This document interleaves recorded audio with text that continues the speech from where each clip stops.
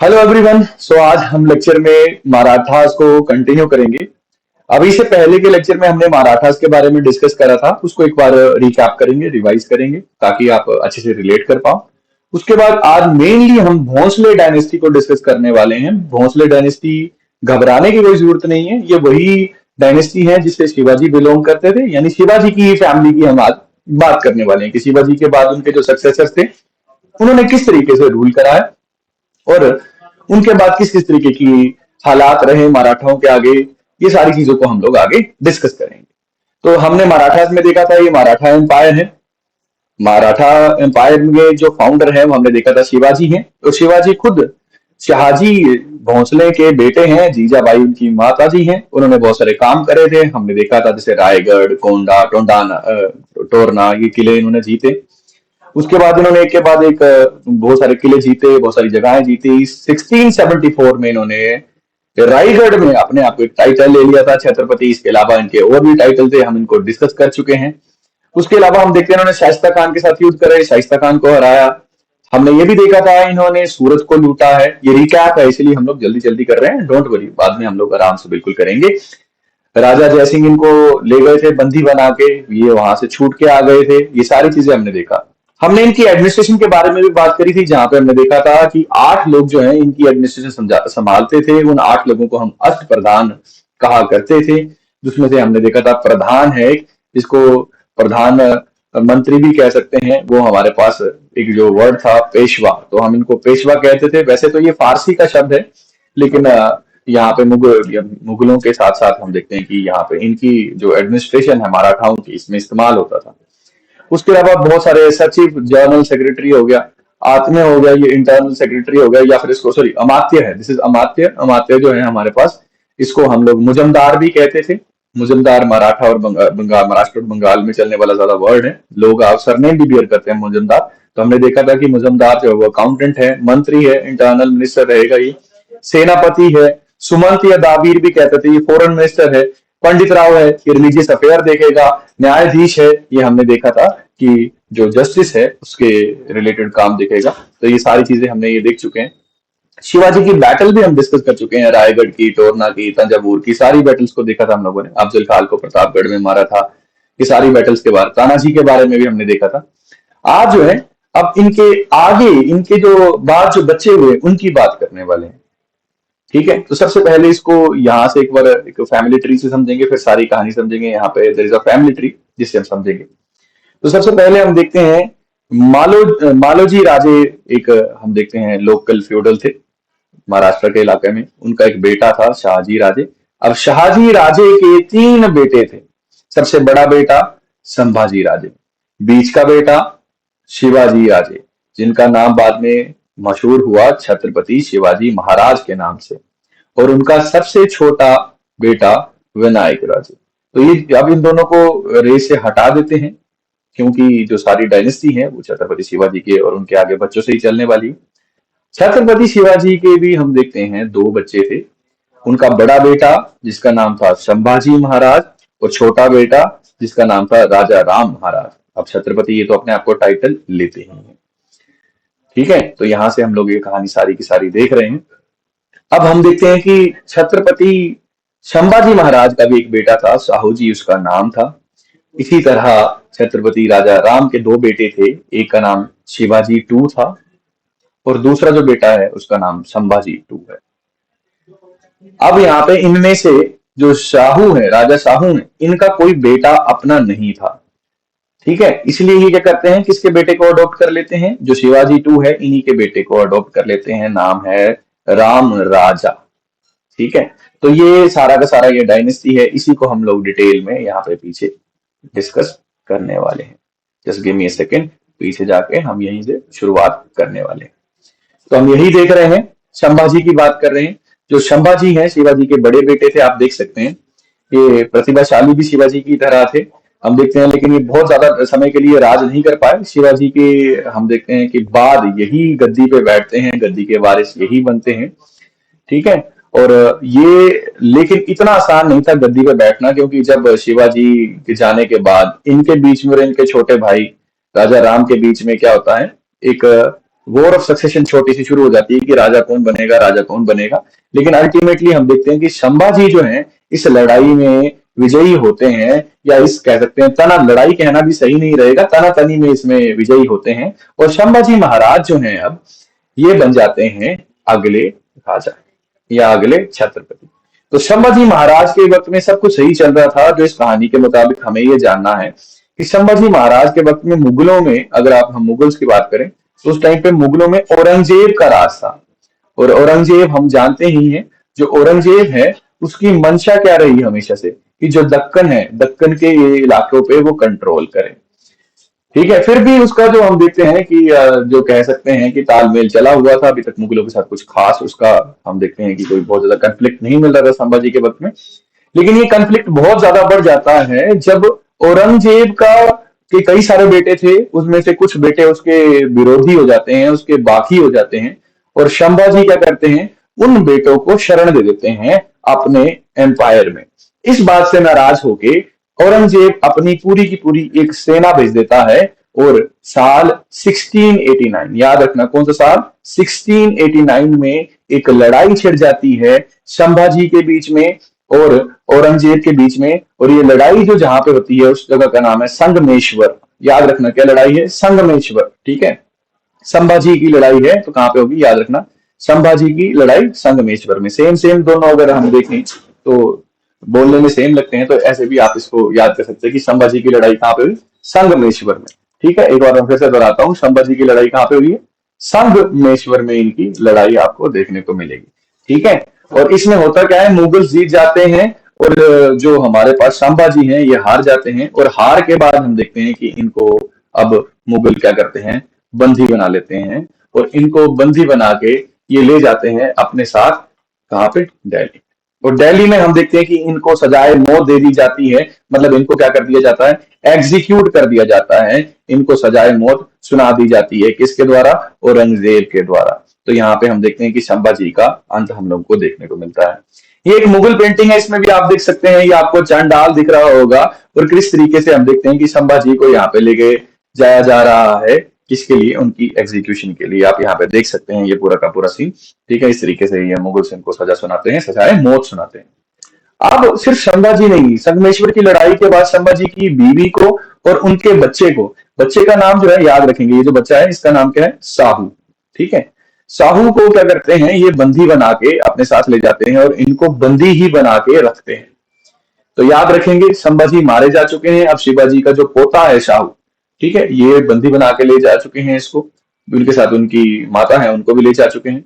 अब पीछे जो शिवाजी का दूसरा बेटा बचा है वही बच जाता है। तो अब हम देखते हैं छत्रपति बन जाता है राजा राम। तो अगर हम राजा राम की बात करें तो राजा राम अब बन जाता है छत्रपति साहू जी के, सॉरी, संभाजी के बाद। तो राजा राम जो है ये बहुत टाइम के लिए हम देखते हैं राजा रहते हैं। अगर आप देखोगे तो यहाँ पे काफी सालों के लिए ये राजा रहेंगे, लगभग लगभग आपको 8 साल के लिए ये राजा दिखेंगे। लेकिन होता यूं है कि राजा राम के ऊपर भी मुगल्स हमला कर देते हैं, इसीलिए ये जिंजी के किले में भाग जाते हैं। हमने जिंजी का किले का जिक्र पहले भी देखा था, जब हमने देखा था मोहम्मद अली वल्लाजा जो कार्नाटिक का नवाब है, वो यहाँ भाग के चला गया था। इसके अलावा जिंजी के किले का कई बार हमने जिक्र देखा था, बहुत ही मजबूत किला था, तो लोग यहाँ पे शरण लेने के लिए अक्सर चले जाते थे अपनी जान बचाने के लिए, तो ये भी यहाँ पे चले जाते हैं। लेकिन जब मुगलों ने जिंजी पे हमला कर दिया तो ये जिंजी से बच के विशालगढ़ चले गए। विशालगढ़ किले का जिक्र भी हमने अभी देख पीछे किले लेक्चर्स में देखा है, जहां पे हमने शिवाजी के बारे में पढ़ा। और हम देखते हैं उसके बाद वो सतारा चले जाते हैं, सतारा में लेकिन उनकी मौत हो जाती है। अब हम देखते हैं कि शाहू जी जो है वो जेल में है, संभाजी का बेटा संभाजी मारा जा चुका है।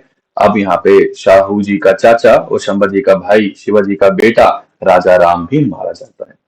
लेकिन राजा राम की एक बीवी थी, नाम था ताराबाई। बहुत ही हम कह सकते हैं कि प्रभावशाली महिला थी ये, बहुत ही रुतबा था इनका। आप देख सकते हैं इनकी कुछ फोटोज हैं, फोटोज आप देख सकते हैं घुड़सवारी करते हुए, अपनी सेना को लीड करते हुए। तो बहुत ही प्रभावशाली बेटी है, औरत है। इनका एक बेटा भी है शिवाजी टू उसका नाम है, लेकिन वो छोटा है अभी, तो वो तो राजा बन नहीं सकता है। लेकिन उसको ये गद्दी पे बैठा देते हैं और उसकी जगह ये राज करने लगती हैं ताराबाई, खुद राजमाता बन जाती हैं।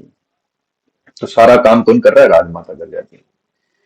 इसी दौरान हम देखते हैं कि मुगल जो है इनके दिल में जलन रहती है हमेशा से ही कि किस तरीके से मराठा जो है, ये मराठा लोग कैसे कंटिन्यूसली राइज कर रहे हैं। और ये वही वक्त है जब औरंगजेब की मृत्यु हो जाती है, और औरंगजेब की मृत्यु के बाद मुगलों का पतन होना शुरू हो जाता है, मुगल मरना शुरू हो जाते हैं।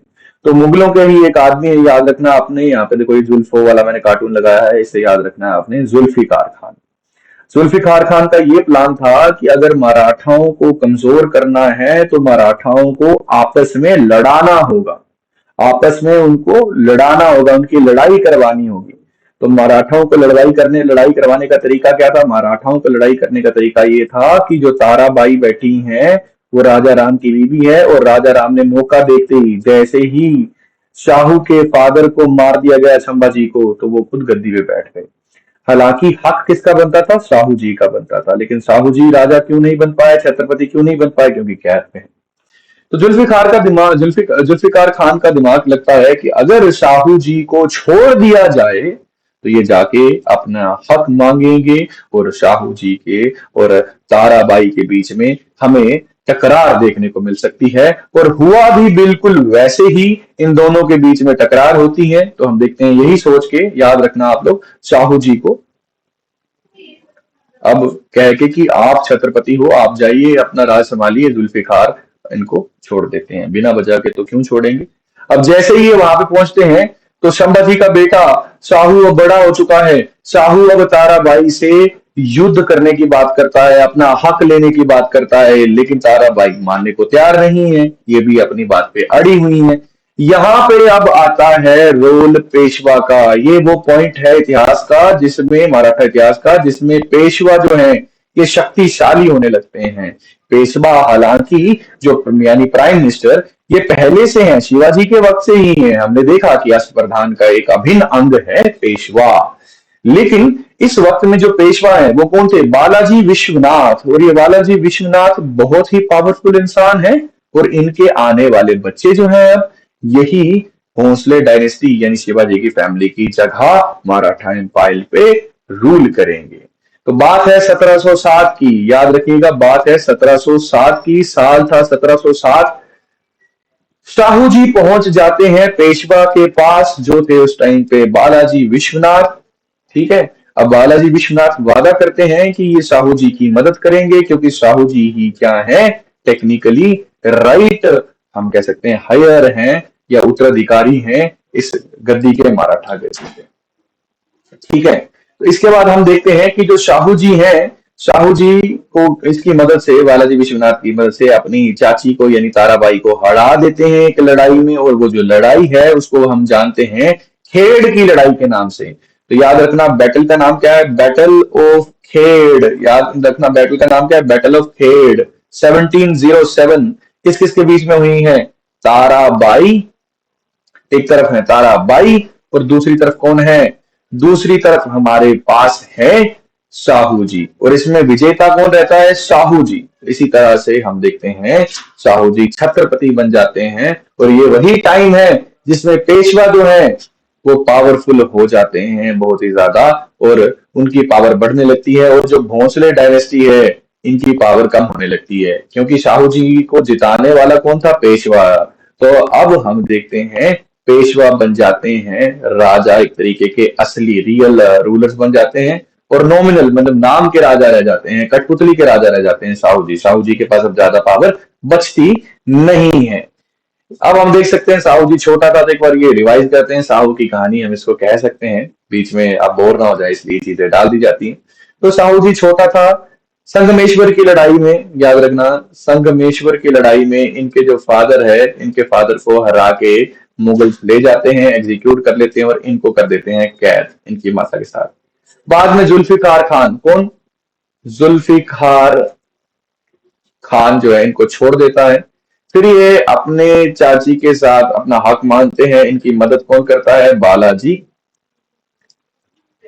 विश्वास, क्या आप देख सकते हैं, बालाजी विश्वास राव, ठीक है, विश्वनाथ राव, सॉरी, बालाजी विश्वनाथ राव, आप देख सकते हैं यहाँ पे इनकी मदद करते हैं। जब बालाजी विश्वनाथ राव इनकी मदद करते हैं, तो उसके बाद हम देखते हैं ये लड़ाई है 1707 में हुई है, खेड़ की लड़ाई है। खेड़ एक जगह जहाँ पे लड़ाई होती है, इसमें जीत जाते हैं और ये बन जाते हैं छत्रपति। तो ये रहे हमारे पास शाहू जी। अब इतना ही नहीं, शाहू जी जो है दिल्ली से भी हम देखते हैं काफी एक्टिव रहते हैं। दिल्ली में उस टाइम पे फारूक शियार राजा बन चुका था। ठीक है, तो अब फारूक शियार को मरवा के अब मरवाना चाहते थे कौन? सैयद ब्रदर्स। तो ये कौन है सैयद ब्रदर्स, इसको भी थोड़ा सा जान लेते हैं। जैसे ही औरंगजेब की मृत्यु होती है उसके बाद आते हैं बहादुर शाह, जो बनते हैं मुगल बादशाह। ठीक है, उसके बाद आते हैं हमारे पास जहांगीर शाह। उसके बाद आते हैं हमारे पास फारूक शियार। उसके बाद हमारे पास आते हैं मोहम्मद शाह रंगीला। ठीक है, तो ये कुछ क्रम है। तो हम देखते हैं कि अब ना ये जो राजा जितने भी है ये बहुत लंबे वक्त के लिए राजा नहीं रह पाते हैं। ये कुछ कुछ वक्त के बाद हम देखते हैं कि इनकी, हम लोगों को दिखता है कि इनकी मृत्यु हो जाती है, ये मर जाते हैं। तो अब हम देखते हैं कि मृत्यु की वजह जो थी वो कौन है? सैयद ब्रदर। क्योंकि सैयद ब्रदर जो है इनको किंग मेकर्स भी कहा जाता है। ये जिसको चाहे उसको मुगल गद्दी पे बैठा देते थे और जिसको चाहे उसको उतार भी देते थे मुगलिया गद्दी से। ठीक है, तो हम यही देख रहे हैं कि मुगलिया गद्दी से इन्होंने इस टाइम पे फारूक शियार को उतारना चाहा तो उसको मरवाना पड़ेगा। तो इसलिए ये शाहू जी की मदद भी लेते हैं और शाहू जी और जो बालाजी विश्वनाथ है वो मदद भी इनकी करते हैं।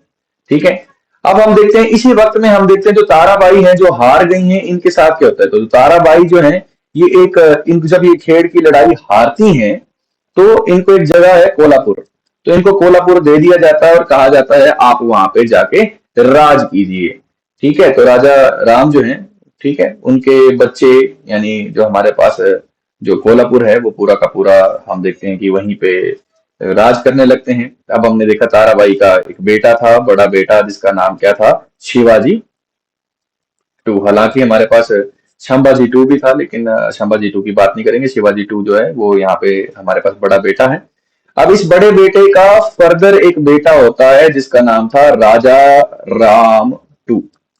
अब शाहू जी का कोई फर्दर बेटा नहीं है। शाहू जी का कोई भी बेटा ना होने की वजह से ये अपने भाई, चचेरे भाई जो इनका शिवाजी टू है, इसके बेटे को राजा राम टू को अडॉप्ट कर लेते हैं, जो एक तरीके का लास्ट कह सकते हैं कि नॉमिनल रूलर भी रहता है। उसके बाद जो है पेशवा जो है ये पूरा कंट्रोल अपने हाथों में ले लेते हैं। तो इन पेशवाओं के बारे में तो हम डिटेल में पढ़ेंगे ही। आज हमने भोंसले डायनेस्टी के बारे में एक छोटी सी वीडियो में देखा, तो अभी हम एक बार देख लेते हैं भोंसले डायनेस्टी को फिर से। तो हम देखते हैं भोंसले डायनेस्टी की असल शुरुआत जो मानी जाएगी वो मानी जाएगी छत्रपति शिवाजी महाराज से। अब जो छत्रपति शिवाजी महाराज हैं इनके दो बच्चे संभाजी और राम राजा। शिवाजी के मरने के बाद राजा कौन बनता है? बनता है छत्रपति संभाजी। अब जो संभाजी हैं ये राजा बन जाते हैं, लेकिन संगमेश्वर की लड़ाई में हार जाते हैं। मुगल इन्हें सजाए मौत दे देते हैं। इनका बच्चा है एक साहू जी, इसको कहाँ ले जाते हैं? इसको ले जाते हैं बंदी बना के। तो राजा कौन बन जाता है? राजा राम। लेकिन राजा राम की मृत्यु के बाद उनकी बीवी जो है ताराबाई, वो क्या करती हैं? अपने बेटे शिवाजी टू को राजा बना के खुद राजमाता बन जाती हैं। लेकिन उसी वक्त हम देखते हैं कि शाहू जी को जुल्फिकार खान छोड़ देता है। 1707 में खेड़ का युद्ध होता है, बड़ा इंपॉर्टेंट युद्ध है, और ताराबाई हार जाती हैं। तो ताराबाई के हारने के बाद ये भी पावर से हट जाते हैं। अब शाहू जी छत्रपति बन गए। शाहू जी छत्रपति बन गए, लेकिन उनका कोई औलाद नहीं थी, इसलिए अपने चचेरे भाई शिवाजी टू की वो औलाद जो है जिसका नाम है राजा राम, उसको गोद ले लेते हैं और उसके बाद ये आखिरी इंपॉर्टेंट भोसले डायनेस्टी का राजा बनता है। तो इसी के साथ आज का लेक्चर खत्म करते हैं। मैं आशा करता हूं कि आप लोगों को जो भोसले डायनेस्टी है वो डिटेल में समझ आ गई होगी। Have a very good time.